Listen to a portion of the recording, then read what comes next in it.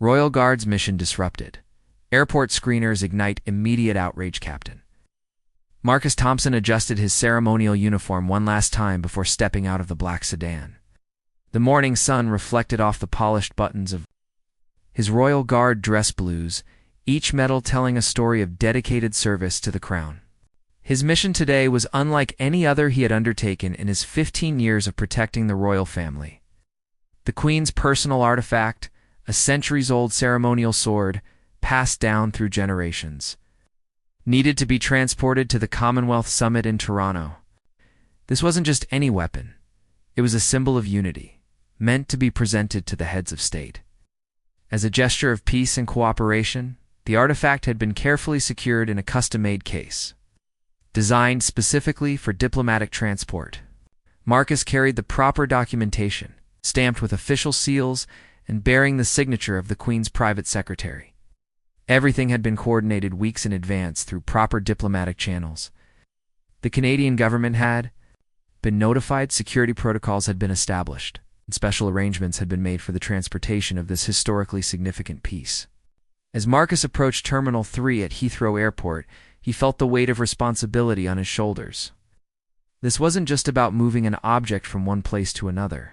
Ceremonial sword represented hundreds of years of British history and tradition. It had been present at coronations, state ceremonies, and diplomatic meetings that shaped the modern world. The Queen herself had personally entrusted him with this mission, emphasizing its importance to strengthening relationships with Commonwealth nations. The terminal buzzed with its usual morning activity. Travelers rushed past with their luggage, checking departure boards and searching for their gates. Marcus moved with purpose through the crowds, his uniform drawing respectful nods from passers-by, who recognized the significance of his dress. Security personnel at various checkpoints acknowledged him with professional courtesy.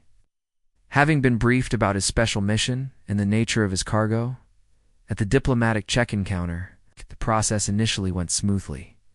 The airline representative examined his documentation with careful attention, cross-referencing the paperwork with information in their system.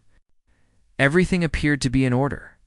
The ceremonial sword case was tagged with special handling instructions, and arrangements were confirmed for its secure storage during the flight. Marcus felt confident that the first phase of his mission was proceeding according to plan. However, as he approached the final security checkpoint before the International Departure Lounge, Marcus noticed an unusual amount of activity. Additional security personnel had been called to the area, and passengers were being subjected to more thorough screenings than normal. The atmosphere had shifted from routine processing to heightened alertness. Airport security had received an anonymous tip about a potential threat, though the details remained vague and unspecified. The lead security supervisor, Tara Mitchell, had been working at Heathrow for over a decade. She prided herself on maintaining the highest standards of safety and had never allowed protocol to be compromised. Regardless of who was requesting special treatment, she saw Marcus approaching with his case. She immediately became suspicious.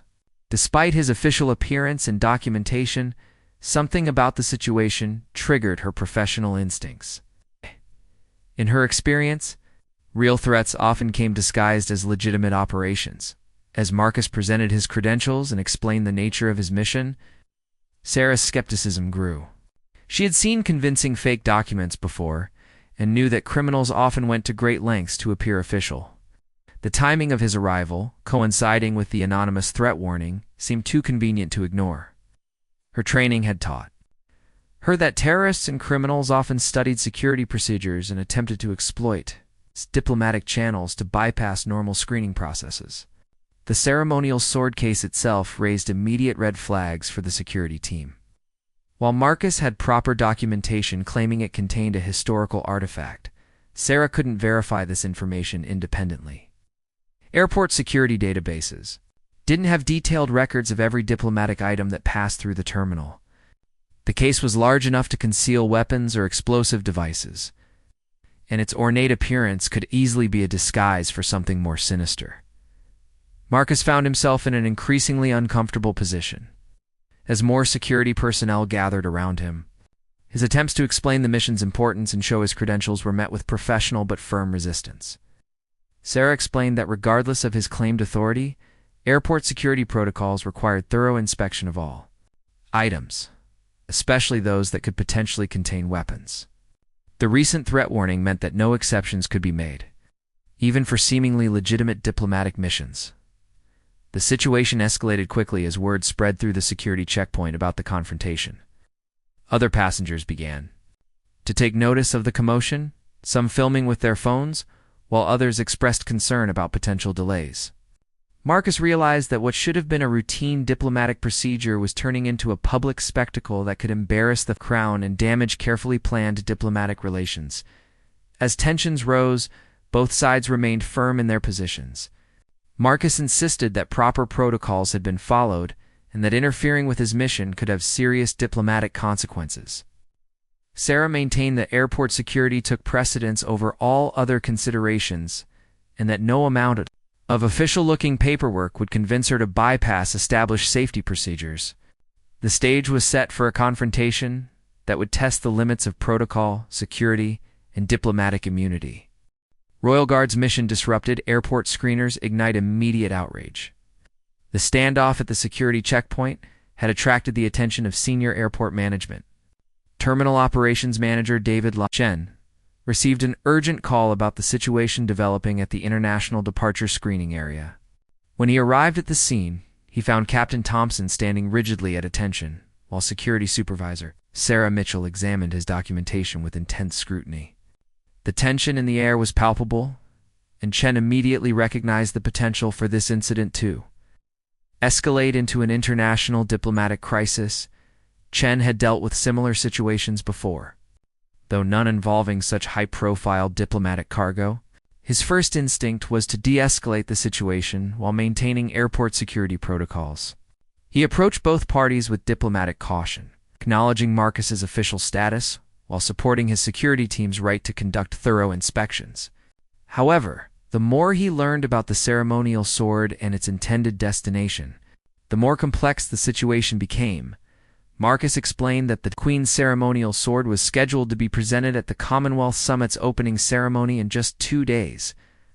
Delays could force the cancellation or postponement of carefully choreographed diplomatic events involving heads of state from dozens of nations. The symbolic importance of the gesture couldn't be understated. It represented the Crown's commitment to unity and cooperation among Commonwealth countries. During a time of global political uncertainty, Sarah Mitchell remained unconvinced by the explanations. Her security training had taught her to be suspicious of elaborate stories designed to bypass normal procedures. She pointed out several inconsistencies in the documentation that raised red flags. The paperwork, while appearing official, contained formatting irregularities that differed from other diplomatic documents she had processed. Additionally, the timing of the mission, coinciding with the anonymous threat warning, seemed too coincidental to ignore.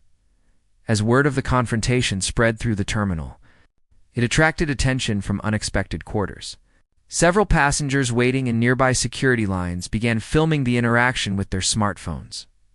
News reporters, always present at major airports looking for stories, caught wind of the developing situation. Within minutes, social media posts began appearing with hashtags like #RoyalGuardStandoff and #AirportSecurity, turning what should have been a private diplomatic matter into a public spectacle. The situation became more complicated when additional security personnel arrived at the checkpoint. Among them was Inspector James Rodriguez, a specialist in diplomatic security, who had been called in to assess the situation. Rodriguez brought a different perspective to the confrontation. Having worked extensively with Royal Protection Services and understanding the protocols involved in transporting ceremonial items, his arrival shifted the dynamics of the standoff. Significantly, Rodriguez immediately recognized the legitimacy of Marcus's mission based on subtle details in his uniform and documentation that would be difficult to fake. The specific ribbons, the placement of medals, and the particular style of diplomatic pouch all indicated authentic Royal Guard credentials. However, he also understood Sarah Mitchell's position and the legitimate security concerns raised by the anonymous threat warning. His challenge was finding a solution that satisfied both security requirements and diplomatic necessities. The inspector proposed a compromise that would allow the mission to proceed while addressing security concerns. He suggested conducting the inspection in a private screening area away from public view, using specialized equipment designed for examining diplomatic cargo. This approach would satisfy airport security protocols while maintaining the dignity and confidentiality required for royal ceremonial items. Both parties seemed willing to consider this middle ground. However, the situation took an unexpected turn when Marcus received an urgent phone call from the Queen's private office. News of the airport confrontation had already reached Buckingham Palace through social media channels and early news reports. The Queen's staff expressed serious concerns about the public nature of the incident and its potential impact on upcoming diplomatic events. Marcus found himself under pressure from multiple directions: airport security blocking his mission, palace officials demanding immediate resolution, and growing media attention threatening to turn the situation into an international embarrassment. Meanwhile, Sarah Mitchell faced her own pressures. Airport security management supported her decision to thoroughly inspect the cargo, but they also recognized the potential consequences of creating a diplomatic incident.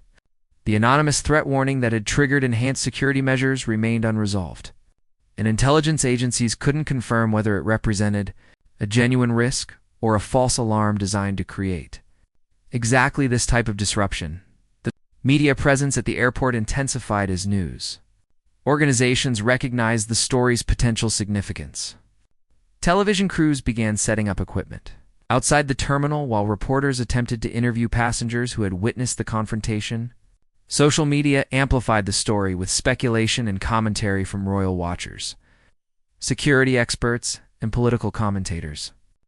What had begun as a routine diplomatic mission was rapidly becoming a test case for post-Brexit relations between Britain and its international partners. Inspector Rodriguez worked frantically to coordinate a solution that would satisfy all parties involved. He contacted diplomatic security offices in both London and Ottawa to verify the mission details and confirm the proper protocols for handling such situations. The challenge was that precedent for this exact type of scenario was limited, leaving room for interpretation of rules and procedures that could go either way. As the morning wore on, the delayed resolution of the situation began affecting other airport operations. The enhanced security measures and increased personnel at the checkpoint created bottlenecks for regular passenger processing. Travelers expressed frustration about delays while trying to understand the cause of the disruption.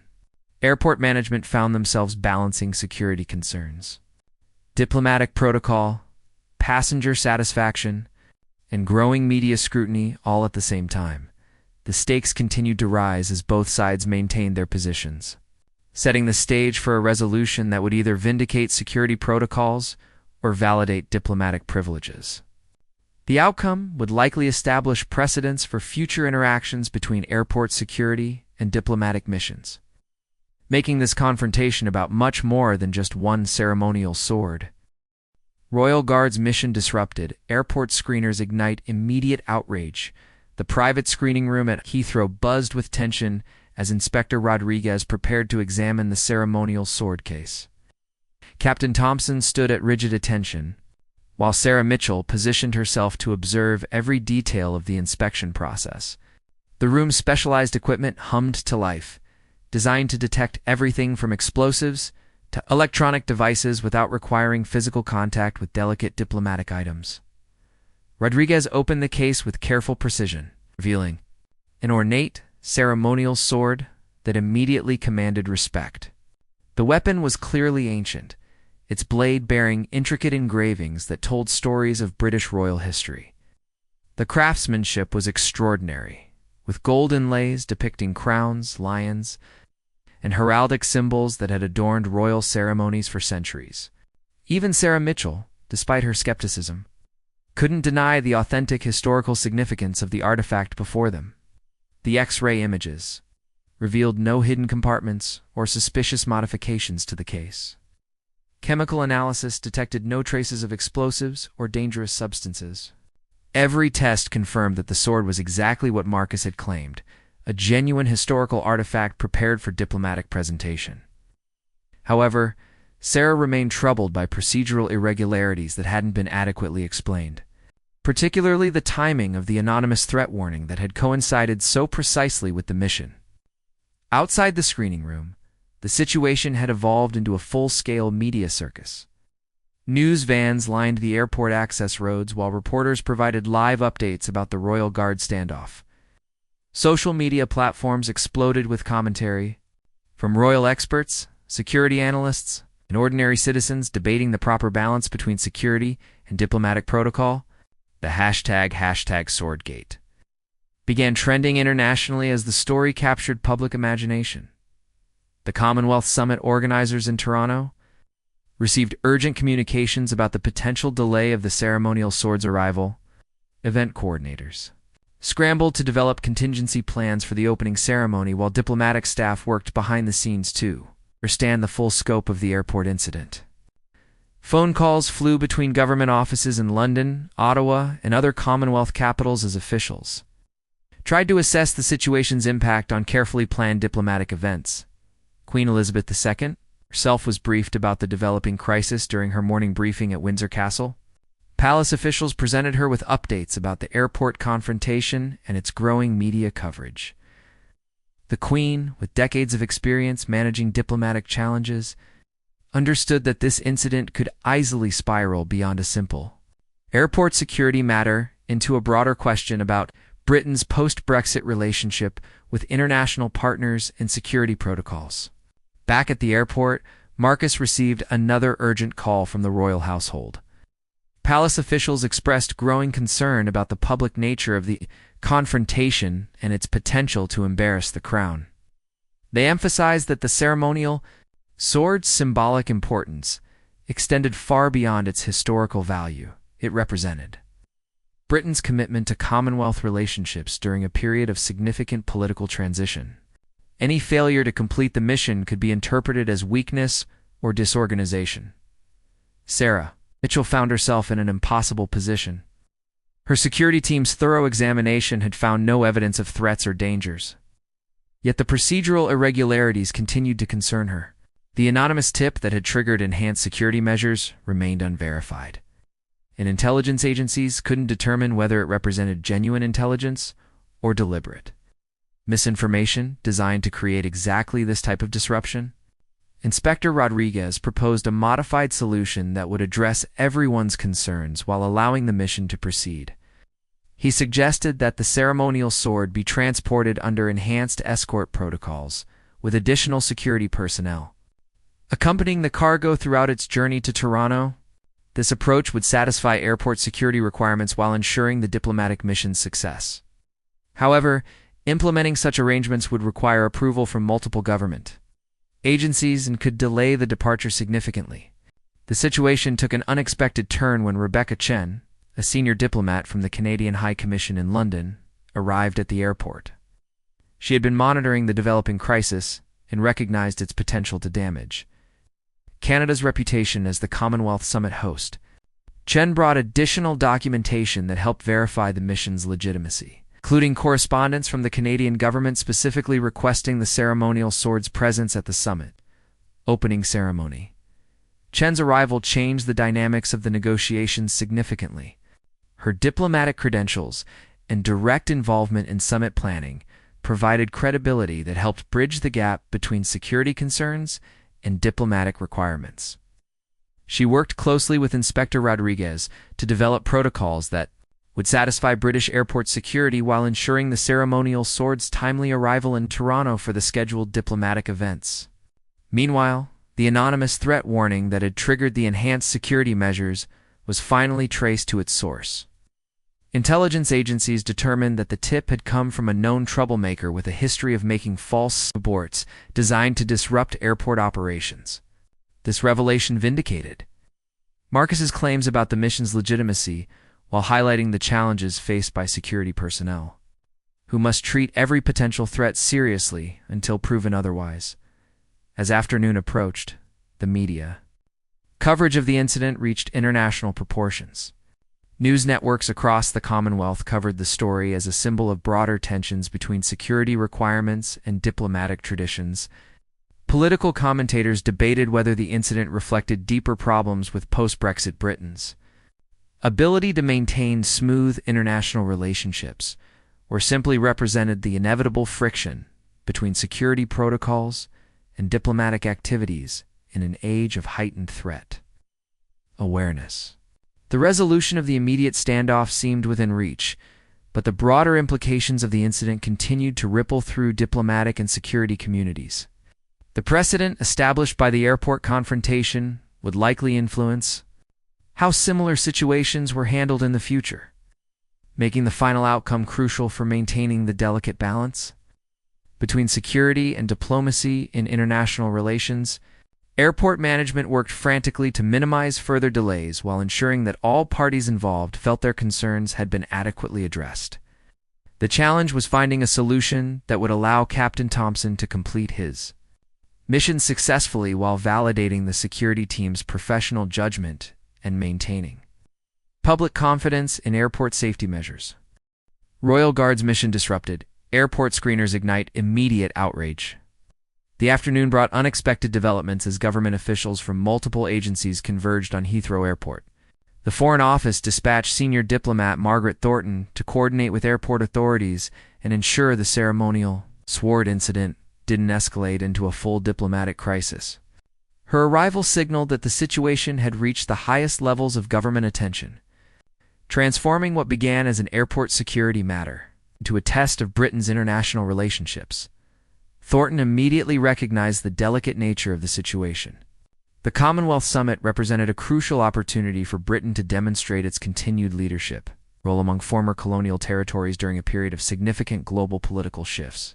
Any failure to deliver the Queen's ceremonial sword as promised could be interpreted by international partners as evidence of Britain's declining organizational capabilities and diminished global influence.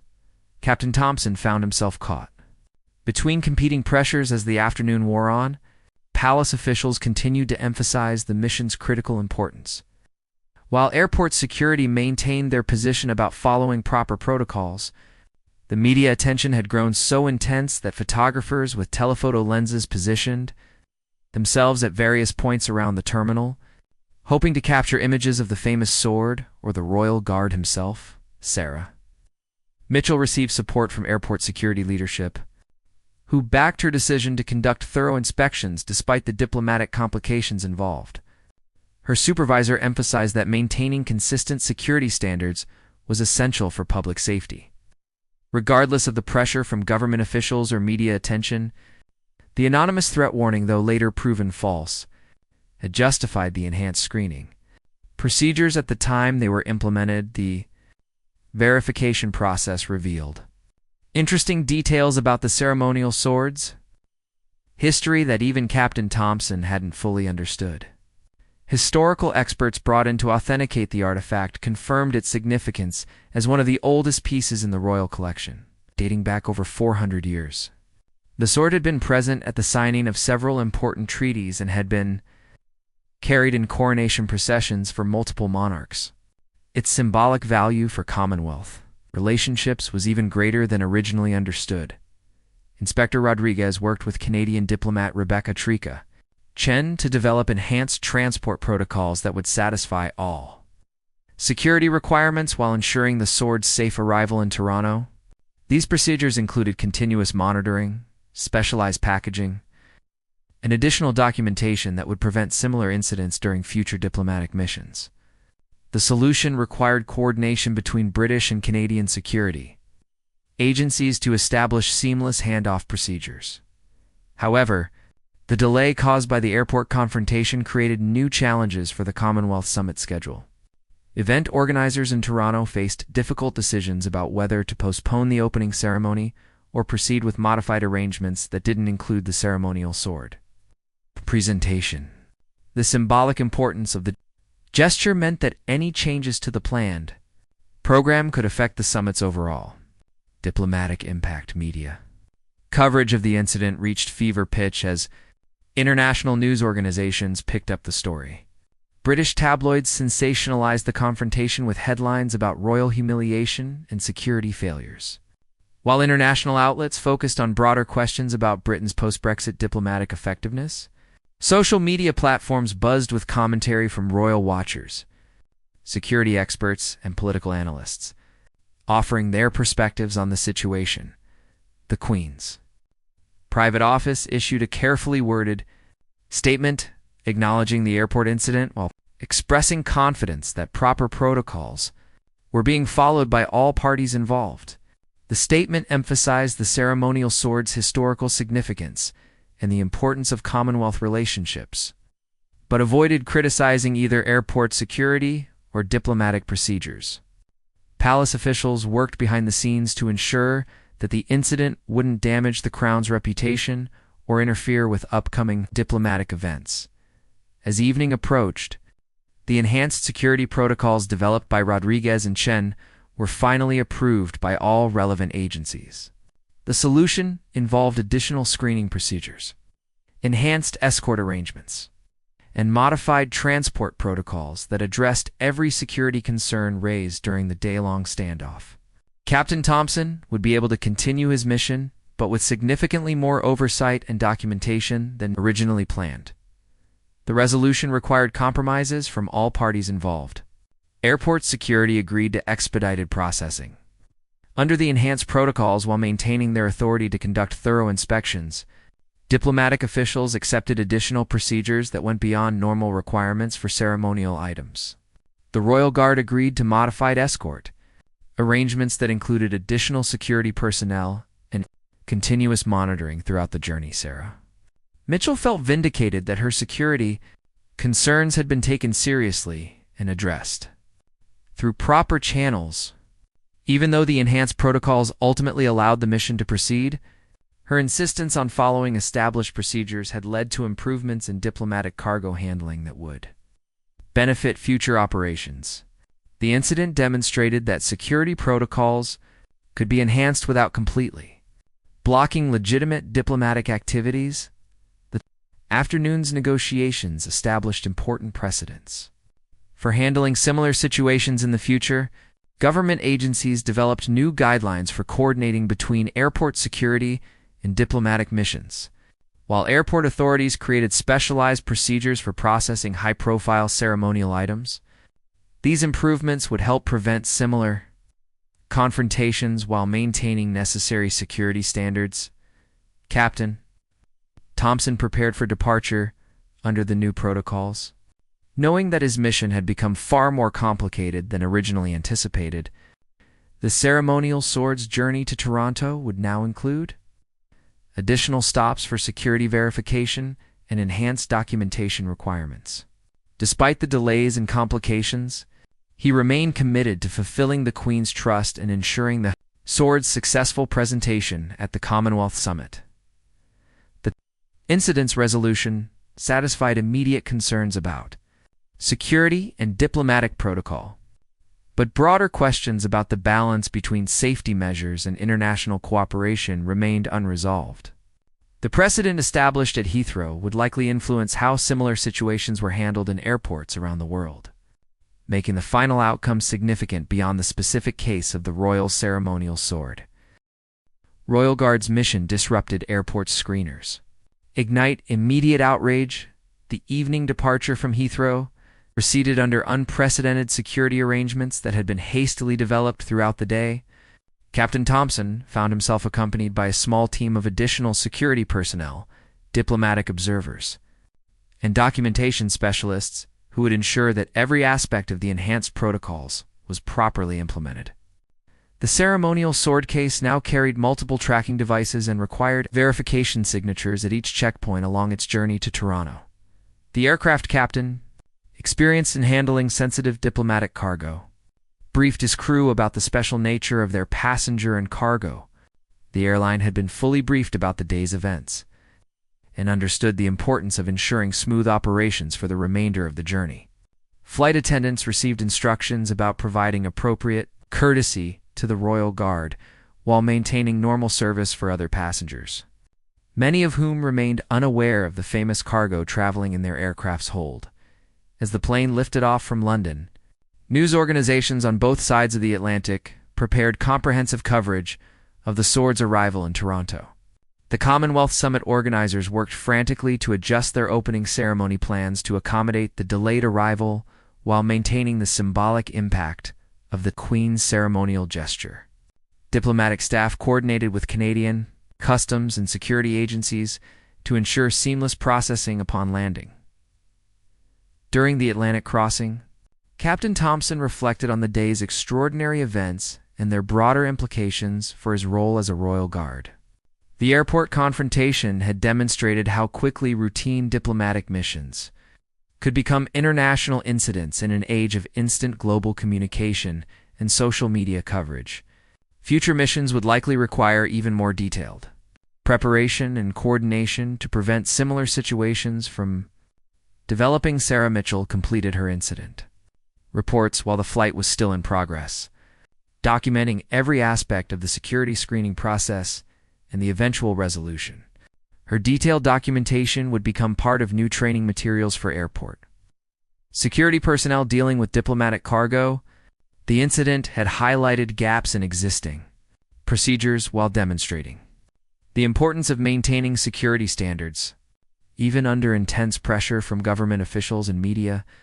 Attention, Inspector Rodriguez worked through the evening to finalize new protocols that would prevent similar confrontations in the future. His recommendations included improved coordination between diplomatic services and airport security, enhanced documentation requirements for ceremonial items, and specialized training for personnel handling high-profile diplomatic cargo. These changes would require approval from multiple agencies but promised to streamline future operations while maintaining necessary security measures. The international media coverage of the Sword incident had already begun influencing public opinion about airport security and diplomatic protocol.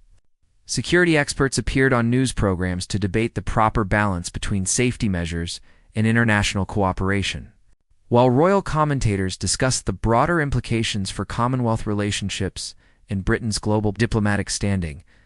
The incident had become a symbol of larger tensions in international relations.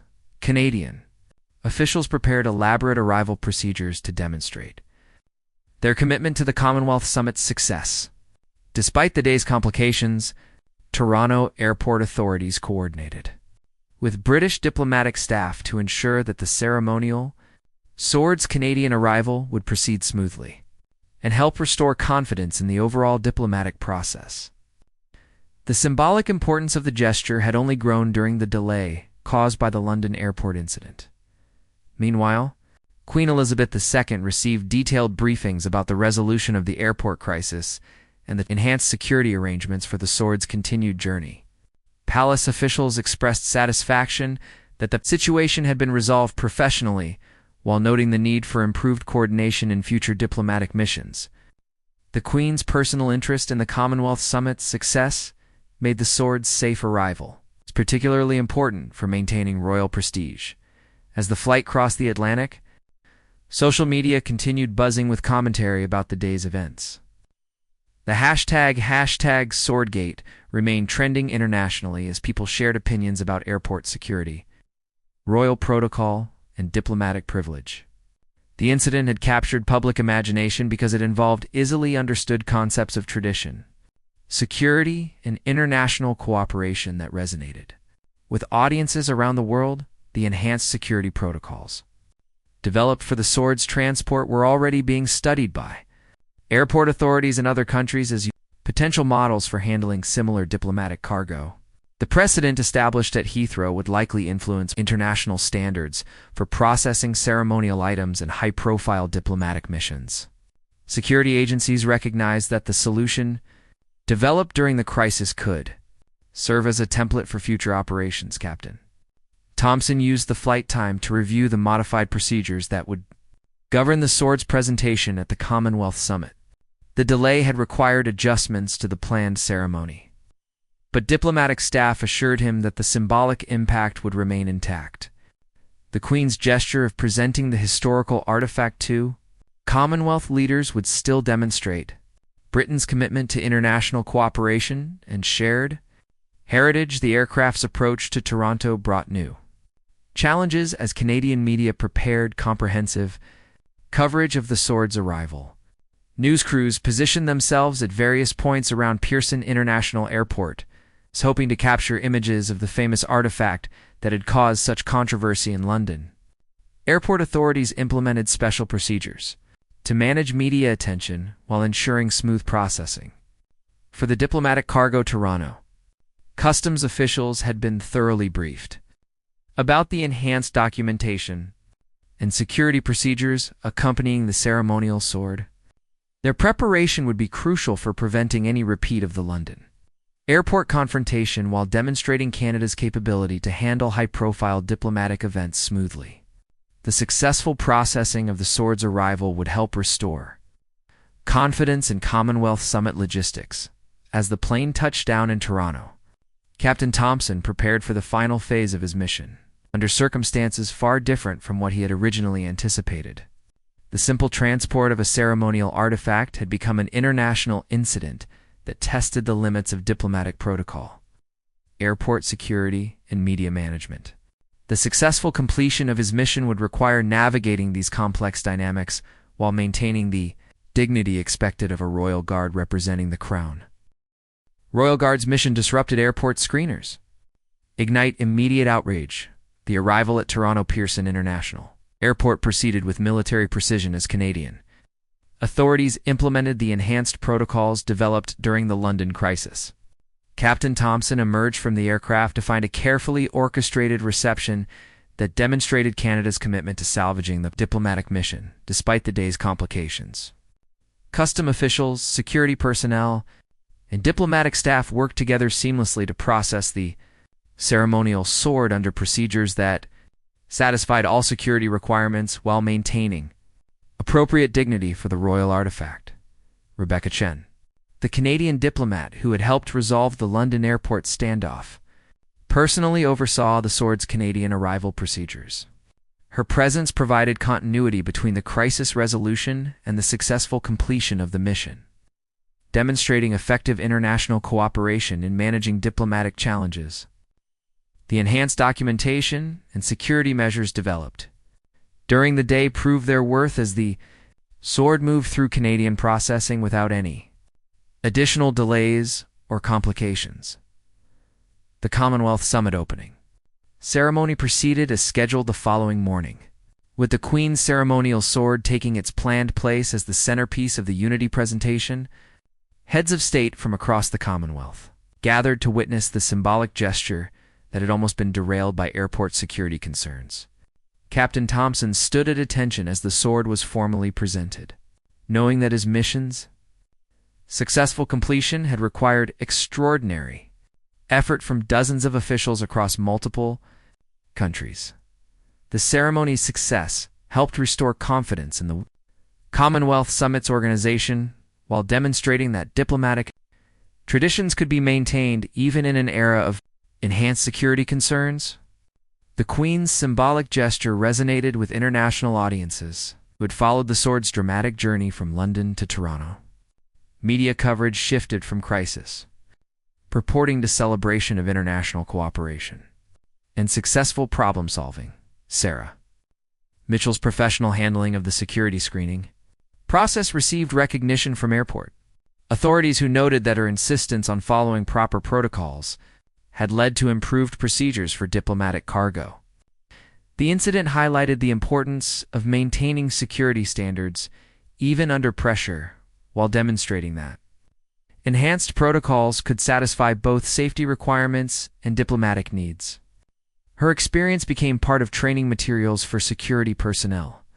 Worldwide, Inspector Rodriguez's crisis management and protocol development earned commendations from both British and Canadian security agencies. His ability to bridge the gap between security concerns and diplomatic requirements had prevented a potential international incident while establishing procedures that would benefit future operations. The enhanced protocols he helped develop were adopted as standard procedures for handling ceremonial diplomatic items at international airports.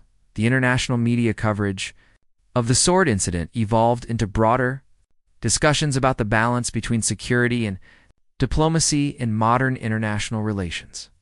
The successful resolution demonstrated that seemingly incompatible requirements could be reconciled through professional cooperation and creative problem-solving. Editorial coverage praised the professionalism displayed by all parties involved while noting the importance of maintaining both security vigilance and diplomatic courtesy. Captain Thompson's mission report to the Queen detailed the extraordinary circumstances surrounding the sword's transport and the successful resolution of the airport crisis. His account emphasized the professionalism displayed by airport security personnel, who were simply doing their jobs under difficult circumstances, as well as the effective cooperation between British and Canadian officials in developing solutions that satisfied everyone's legitimate concerns. The precedent established by the Heathrow incident influenced airport security policies worldwide as authorities recognized the need for specialized procedures handling diplomatic cargo. Training programs were developed to help security personnel identify legitimate diplomatic items while maintaining necessary vigilance against potential threats. The balance between security and diplomacy became a standard topic in airport security training curricula. Several months later, a comprehensive review of the incident led to formal improvements in diplomatic cargo handling procedures across the international aviation. The protocols developed during the crisis were refined and standardized, creating clear guidelines for future situations involving ceremonial items and high-profile diplomatic missions. These improvements helped prevent similar confrontations while maintaining essential security measures. The Queen's private satisfaction with the mission's ultimate success was communicated through appropriate channels to all officials who had contributed to resolving the crisis. Her recognition of the professionalism displayed during difficult circumstances helped maintain positive relationships between the Crown and security agencies responsible for protecting international travel. The incident became an example of effective crisis management under intense public scrutiny. The Commonwealth Summit itself was judged a diplomatic success, with the ceremonial sword presentation serving as a powerful symbol of unity and cooperation among member nations. The dramatic story of the sword's journey from London to Toronto became part of summit lore, demonstrating how international challenges could be overcome through professional cooperation and mutual respect. The incident strengthened rather than weakened Commonwealth relationships. Years later, the Heathrow sword incident continued to be cited as an example of effective crisis management in international relations. University courses on diplomacy and security studies used the case to illustrate the complex interactions between national security requirements and international cooperation. The successful resolution demonstrated that even the most challenging situations could be managed professionally when all parties remained committed to finding solutions. Captain Thompson's career continued with additional high-profile diplomatic missions, but none quite matched the drama and international attention of the Commonwealth Summit sword transport. His experience during the airport crisis provided valuable insights that helped him navigate future challenges. With greater awareness of the complex factors that could influence seemingly routine diplomatic operations, the mission remained a defining moment in his distinguished service to the Crown. Legacy of the airport confrontation ultimately strengthened rather than weakened international cooperation by demonstrating that security concerns and diplomatic requirements could be reconciled through professional dialogue and creative problem-solving. The enhanced protocols developed during the crisis continued to serve airports and diplomatic services worldwide, ensuring that future ceremonial missions would proceed more smoothly while maintaining necessary security standards for international travel.